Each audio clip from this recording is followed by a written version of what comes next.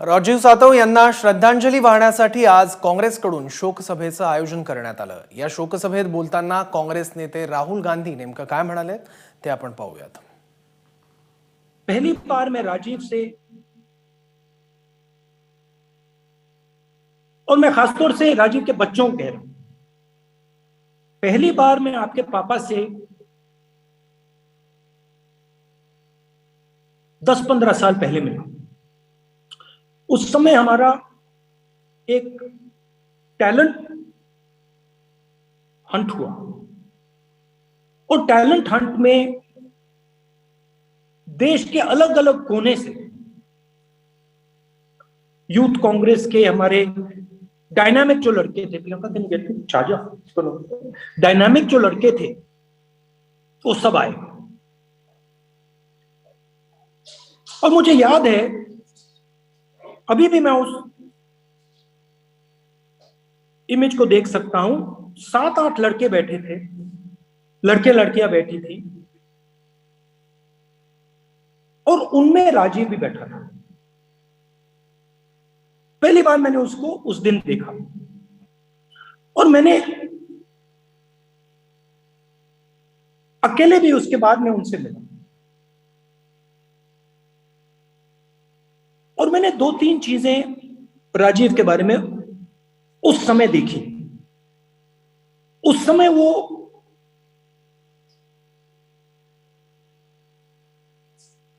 एक प्रकार से उसकी एक झलक दिखी और आस्ते आस्ते आस्ते वो चीजें बाहर आनी शुरू हुई। पहली बात मैंने देखी, मैंने सबको,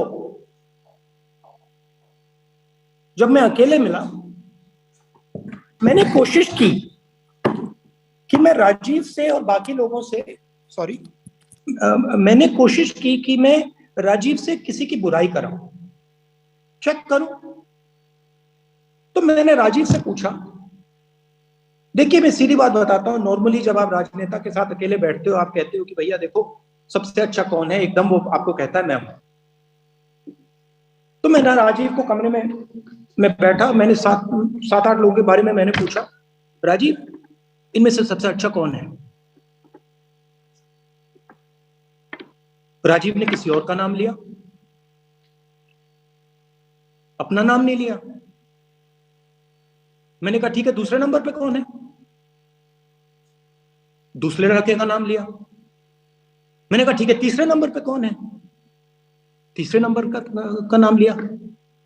राजीव ने अपना नाम नहीं लिया।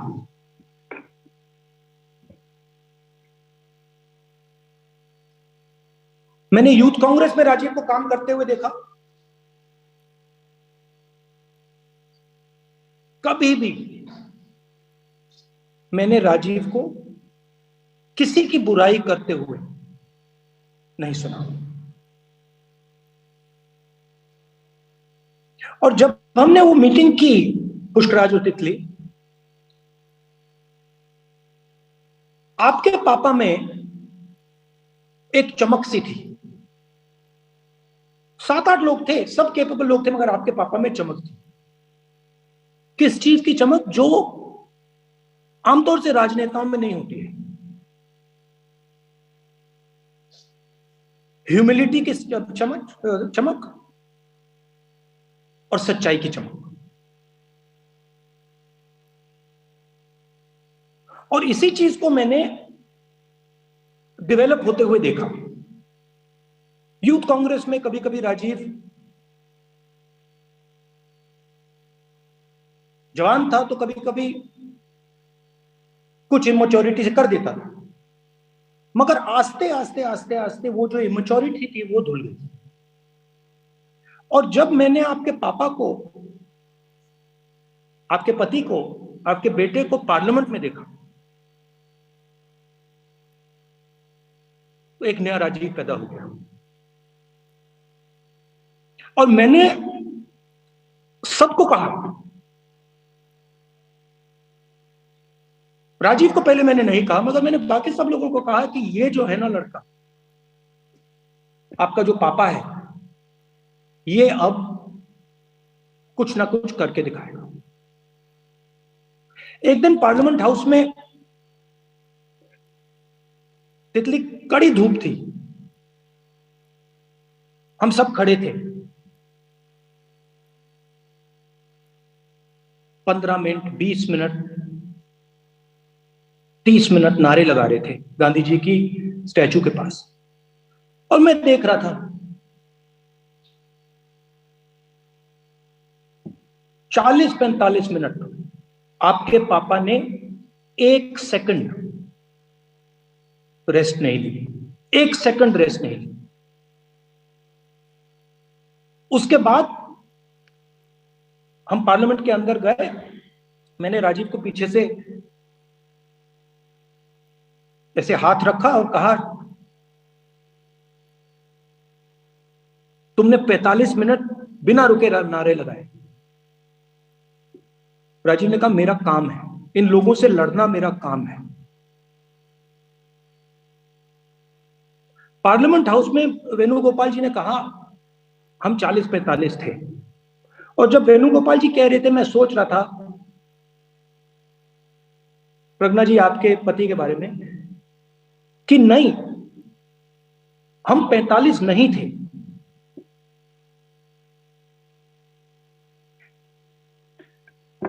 क्योंकि राजीव एक व्यक्ति का काम नहीं करता था। राजीव कम से कम 5, 7, 10 व्यक्तियों का काम करता था। और मैं देखता था वहां पे कभी कभी उसकी ह्यूमिलिएशन हो जाती थी, कोई कुछ गलत बोल देता था आपके पापा के बारे में, आपके बेटे के बारे में, होता है राजनीति में। मगर अगर मैंने उसको कहा कि देखिए आपके बारे में किसी ने ये बोला, राजीव उसकी बुराई कभी नहीं करता था। आमतौर से क्या होता है पुष्कराज, जब राजनीति में नेता आगे बढ़ता है तो उसका घमंड बढ़ता जाता है। जितना वो पावरफुल होता है उतना उसका घमंड बढ़ता है। आपके पापा की स्ट्रेंथ थी कि जितना वो आगे बढ़ रहे थे उतनी उनमें ह्यूमिलिटी बढ़ती जा रही थी। तो आप सबको, पूरे परिवार को गर्व होना चाहिए। रजनी जी, आपको गर्व होना चाहिए कि आपने इस दुनिया को, इस पार्टी को, हम सबको राजीव जैसा एक सिपाही दिया। प्रज्ञा जी, मैं जानता हूं कि आपको और आपके छोटे बच्चों को, पुष्पराज और तितली को, बहुत घबराहट होगी, डर लग रहा होगा कि अब आने वाले समय में क्या करेंगे। हमारी जो स्ट्रेंथ थी वो नहीं रही। और मैं आपको कहना चाहता हूं कि डरने की कोई जरूरत नहीं है, क्योंकि आपका दूसरा भी परिवार है, और ये परिवार पत्थर जैसे आप चारों के साथ खड़ा है, और आपको किसी चीज की से घबराने की जरूरत नहीं है। एबीपी माझा, उघडा डोळे बघा नीट।